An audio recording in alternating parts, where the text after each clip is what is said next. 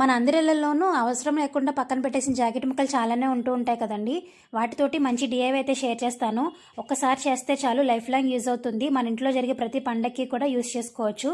దానికోసం ఒక అట్ట ముక్కని ఇలా 2 మడతల మీద పెట్టుకుని ఇలా పెటల్ షేప్లో అయితే డ్రా చేసుకుంటున్నానండి. లీఫ్ షేప్లో డ్రా చేసుకుని కట్ చేసుకున్న తర్వాత సేమ్ ఇదే విధంగా ఇంకొక అట్ట ముక్కను అయితే కట్ చేసుకోవాలి. దీనికంటే ఒక పావు ఇంచ్ ఎక్స్ట్రా ఉండేలాగా డ్రా చేసుకుని కట్ చేసుకోవాలి. ఇప్పుడు ఒక బకరం షీట్ తీసుకున్నానండి, క్యాన్వాస్ షీట్ అంటారు కదా.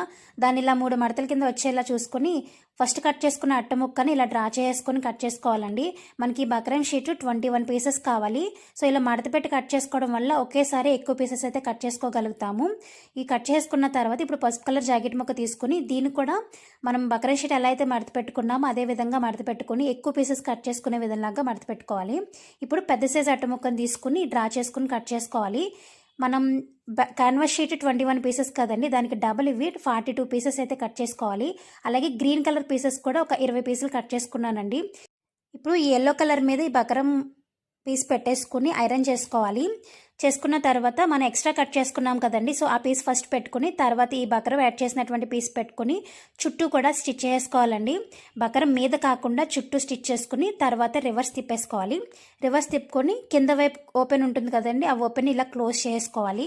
ఇప్పుడు నా దగ్గర గ్రీన్ కలర్ లేస్ ఉంటే ప్రతి పెటల్కి కూడా చుట్టూ వేసుకున్నానండి. కింద వైపు వదిలేసి చుట్టూ వేసుకోవాలి. ఉంటే వేసుకోండి, లేకపోతే ఆప్షనల్, బట్ వేసుకుంటే మాత్రం లుక్ చాలా బాగుంటుందండి.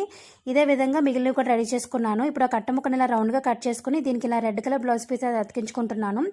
అట్టముక్క కంటే కూడా కొంచెం ఎక్స్ట్రా ఉండేలా చూసుకుని ఎక్స్ట్రా ఉన్నదని ఇలా కట్ చేసుకుని బ్యాక్ సైడ్కి ఇలా తిప్పేసుకుని అతికించేసుకోవాలి. వీడియో ఇంకా క్లారిటీగా కావాలంటే ఆల్రెడీ ఫుల్ వీడియో అప్లోడ్ చేశానండి, కింద ట్యాగ్ చేస్తాను, చెక్ చేయండి. ఇప్పుడు మనం తయారు చేసుకున్నటువంటి పెట్టల్ని ఇలా మధ్యలో ఫ్రిల్ వచ్చే విధంగా పెట్టుకొని ఒక స్టాప్లర్ పిన్ తోటి పిన్ చేసుకోవాలండి. ఇప్పుడు వీటిని ఈ అట్టముక్క చుట్టూ కూడా ఒకదాని తర్వాత ఒకటి వచ్చే విధంగా పెట్టుకుని గ్లూ గన్ తోటి అతికించేసుకోవాలి. ఇలా చుట్టూ అతికించుకున్న తర్వాత మళ్ళీ మిగిలినవి ఒకదాని మధ్యలో ఒకటి వచ్చే విధంగా అతికించుకోవాలి. దీని తర్వాత మనం గ్రీన్ కలర్ తయారు చేసుకున్నాం కదా, వాటిని ఇలా లీవ్స్ కింద వైపు పెట్టేసుకోవాలండి ఒకదాని తర్వాత ఒకటి. అంతేనండి, మంచి డిఐవై రెడీ అయిపోయింది. దీన్ని ఒకసారి రెడీ చేసి పెట్టుకుంటే చాలు, మీ ఇంట్లో జరిగే ప్రతి పూజకి కూడా ఉపయోగించుకోవచ్చండి. మధ్యలో లక్ష్మీదేవిని కానివ్వండి, లేకపోతే కలశము, వినాయకుడిని ఎలా అయినా కూడా మీరు తయారు చేసి పెట్టుకోవచ్చండి. నచ్చితే లైక్ చేయండి. మరిన్ని వీడియోస్ కోసం నా ఛానల్ని సబ్స్క్రైబ్ చేసుకోకపోతే సబ్స్క్రైబ్ చేసుకోండి. Thank you.